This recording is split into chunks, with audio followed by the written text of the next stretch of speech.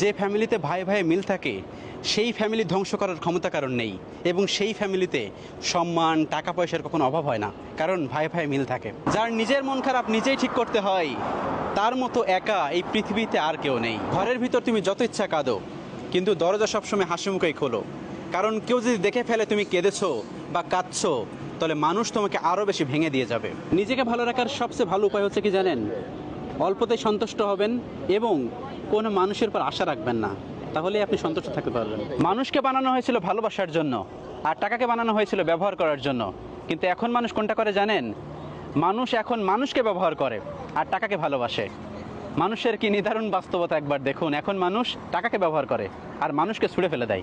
কেউ কেউ উপরে উঠতে পারে না, কেন জানেন? শুধুমাত্র তাদের মুখের কথার কারণে।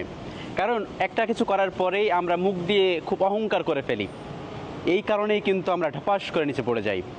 সেজন্য কখনো উপরে উঠতে গেলে মুখ দিয়ে কোনো কিছু বলবেন না এবং অহংকারকে বর্জন করুন। আমাদের সমাজ কেমন একবার চিন্তা করুন।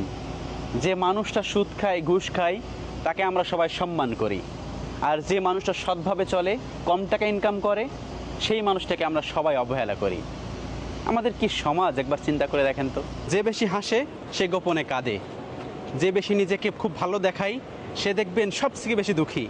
মানুষের সামনে আমরা যেটা প্রেজেন্ট করি সেটা কখনোই ভিতরেরটা নাই, মানুষের সামনে সেটাই প্রেজেন্ট করি যেটা আমাদের ভালো হয় এবং ভালো দেখাই। জীবনে কিছু পাই আর না পাই, জীবনে দুটো জিনিস পেয়েছি, এক হচ্ছে কষ্ট, দুই হচ্ছে টেনশন। জীবনে কিছু পায় আর না পায়, প্রত্যেকটা মানুষ এই দুইটা জিনিস পাবেই।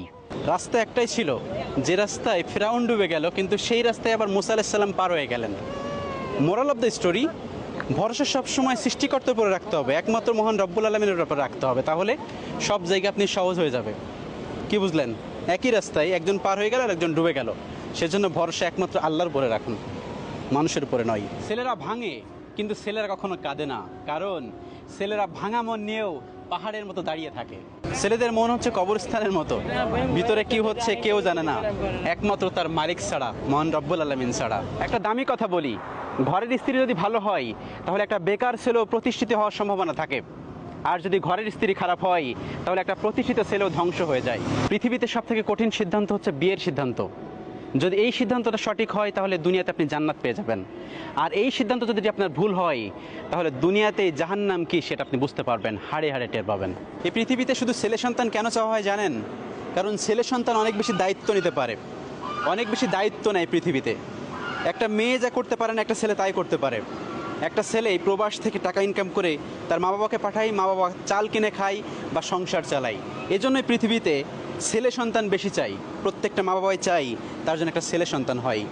এটা তখন আপনি রিয়েলাইজ করতে পারবেন যখন আপনি বাবা কিংবা মা হবেন।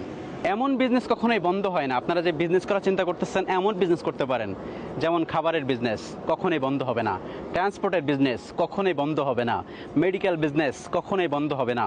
এমন কোনো বিজনেস করার চেষ্টা করুন যেটা কখনোই বন্ধ হবে না, যেটা আরও ডেভেলপ হবে।